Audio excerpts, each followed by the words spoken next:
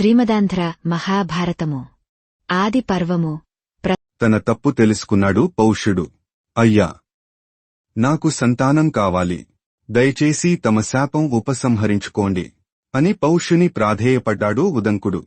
ఉదంక, మీ బ్రాహ్మణులకు మనసు నవనీతము కాని మాట కర్కశము, కాని మా క్షత్రియులకు మనసు కర్కశము కాని మాట సౌమ్యము.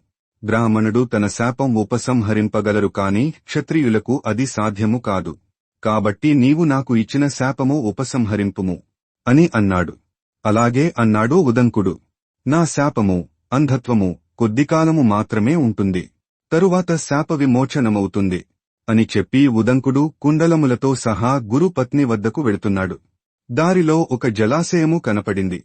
ఉదంకుడు తన కుండలములను ఒక పవిత్రమైన ప్రదేశములో పెట్టి తాను జలాశయములో దిగి అనుష్ఠానము చేసుకుంటున్నాడు. ఇంతలో తక్షకుడు ఒంటిమీద బట్టలు లేకుండా నగ్నంగా అక్కడకు వచ్చి ఆ కుండలములు తీసుకొని పారిపోయాడు. ఉదంకుడు ఇది చూచి తక్షకుని వెంబడించాడు. తక్షకుడు ఒక రంధ్రం గుండా నాగలోకానికి పారిపోయాడు. దయచేసి నా వీడియోను లైక్ చేసి షేర్ చేసి సపోర్ట్ చేయండి.